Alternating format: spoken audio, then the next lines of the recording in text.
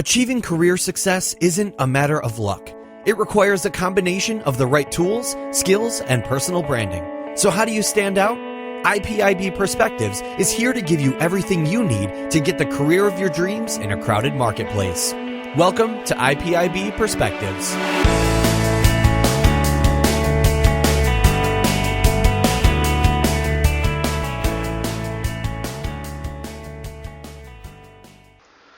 Hello, good morning everyone. This is Hank. Today's interview is the final part of personal branding and design. Our interviewee is Robert Heckler. Thank you. So Robert, this is our last question. Is there any trends you have spot on recently, especially in design or in website or in business card? Trends, yeah. It's kind of a funny word, trends, because there are people out there that will tell you, don't follow the trend. Yeah, heard that before.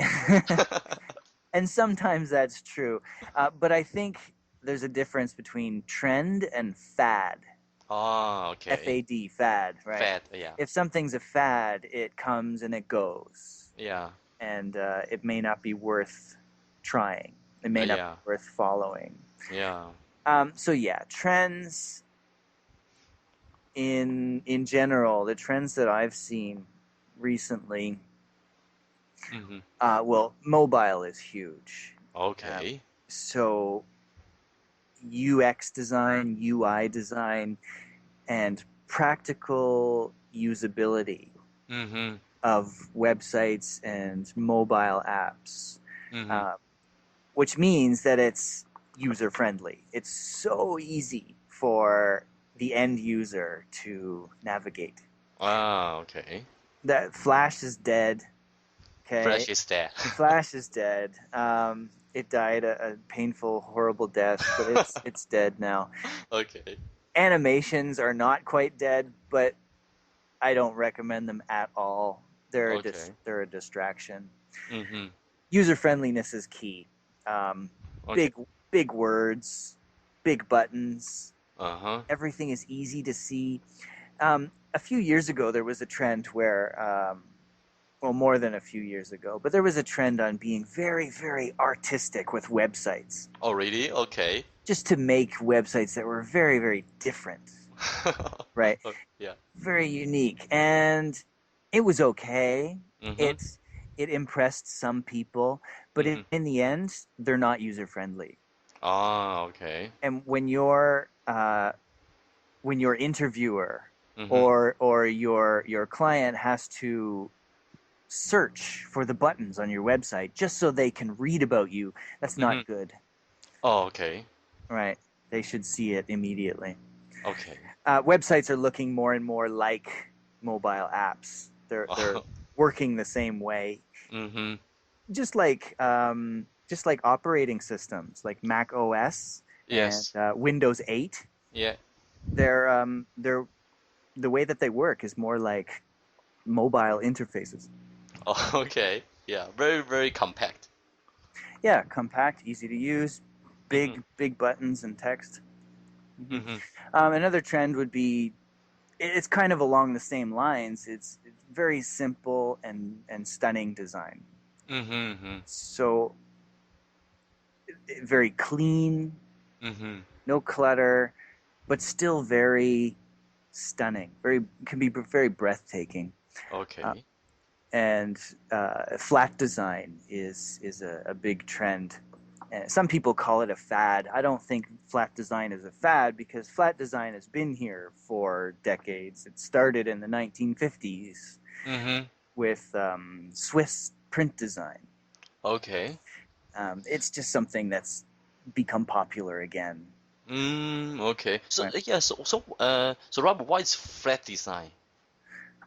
Flat design is a type of design that doesn't look like real objects in the world. Oh, okay. If you take the best example for everybody, I think, is iPhone and iPad. Oh. The iOS design from iOS 6, that was not flat design. Okay. iOS 7, iOS 8 that's coming out. These are flat design. Okay. Okay, so there is, it's cleaner. It doesn't look like real objects in the world. Okay, there's Mm-hmm. no maybe very little of shadows. Mm-hmm. Flat colors, bright colors. Okay. Uh, Oh, okay.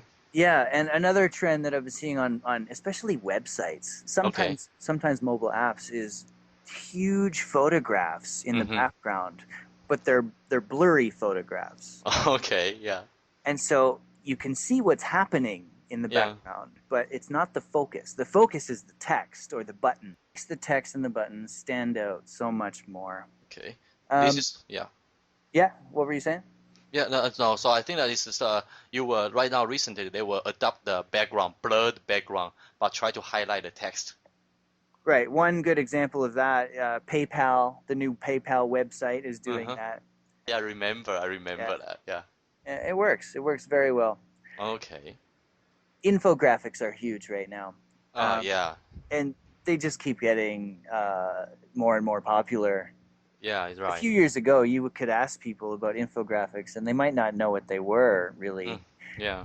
Um, but they're an excellent way of spreading information, telling your process, or even making your own resume. I have an infographic resume that I Oh, wow. use when Mm. I go and look for partnerships or jobs or anything. Mm-hmm. Yeah, I think infograph is that we can see the Tantan again. I think it's very easy to digest because the I think a picture usually is usually for people they can always can catch the points easily. Hmm. Yeah, agree. Yeah, and they're visually appealing. They if they have good design as well as good information, Mm-hmm. then they hit the best of both worlds. Okay. So infographic is not a fad, it's a trend. Definitely not a fad. Okay. Infographics started with the New York Times in their magazine Oh, okay. when they wanted to. It was originally called data visualization, where they would have all this data, all this Oh, information, these statistics, and okay. they needed a way to show people all these statistics Mm-hmm. so that they're not boring and they're easy to understand in a few Mm-hmm. seconds. Mm-hmm. Infographics were born. Oh, okay. Thank you. Yeah, you help me to know the the origin of infographic. I have never heard of that. Thank you. Yeah, yeah. Um, yeah, videos is another thing. Mm-hmm. Yeah, I guess you could call that a trend too. It's getting easier and easier to make videos with iPhones and cheaper equipment Yeah. and and so the trend in video is not just showcasing your products, which a Yeah. lot of companies still do, but making really personal videos, Yeah. showing your personal side. And this is Yeah. huge for personal branding. Yeah, agree. If you can show your personality Yeah. to the people that you want, then Yeah. Yeah, then exactly. they will trust you even more. Right, right, agree. People always like to do business with people rather than company. People will say, okay, I buy something from the company. Actually, it's not. You actually buy something from the person. So Exactly. so if you use the video and then to enhance your personal brand, and then most of the time, that can as you say, that will build your trust, and then they will describe your personality and then have a higher possibility of making a deal. Right. I have one example for the power of personality in video, Mm-hmm. and it's will it blend? Really blank. Okay. Will it blend? It's a little a YouTube show Okay. that this company started. They make blenders. Oh, Okay, okay. Blend Tech is the company, and they make high-powered blenders. Uh-huh. And so the CEO of this company, one day, he's always been a little crazy, they said, and he was always uh, testing the Yeah. power of his blenders. So he would put objects in the blender to see if the blender would cut them up, and and it always did. It always worked. Wow. So he decided he wanted to record it. Yeah. Okay, so I think they spent $50 to prepare this very first Will It Blend episode, and it was huge. It was viral immediately. I think he blended a hockey stick. Wow. And so what it does two things. One, it showcases the product. It shows how powerful the product is. Yeah. But number two, it shows the personality of the company. Yeah, exactly. And that's it, and it's funny. So it's a brilliant video, and that's why it went viral, because it hit those three areas. Yeah. Yeah, I think that's a very, very good example, because as we know that, sometimes the blender company is usually very boring. Yeah. Yeah, it's very boring. What did you do? I doing blender. Okay, so probably we stop the topic. But that the CEO used the video, try to put some personality on blender. Wow, it become viral. Wow, that's a very, very good example. Yeah. Yeah, thank you. Yeah, so Robert, I think we are approaching the end of our interview. So could you share your website to our audience, if our audience want to know more about your perspectives, that they can reach your website?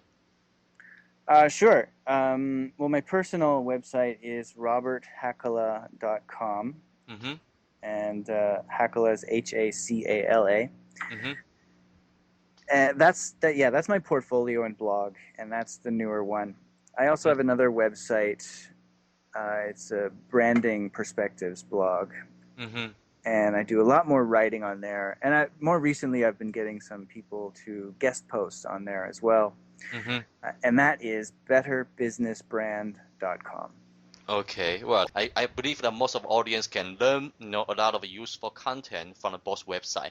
And today we are also very glad to have Robert as our interviewee, and also collaborate with us in personal branding. He will help our clients to build their personal brand, such as the business card or logos or taglines. I think that will be very good for our clients' personal branding.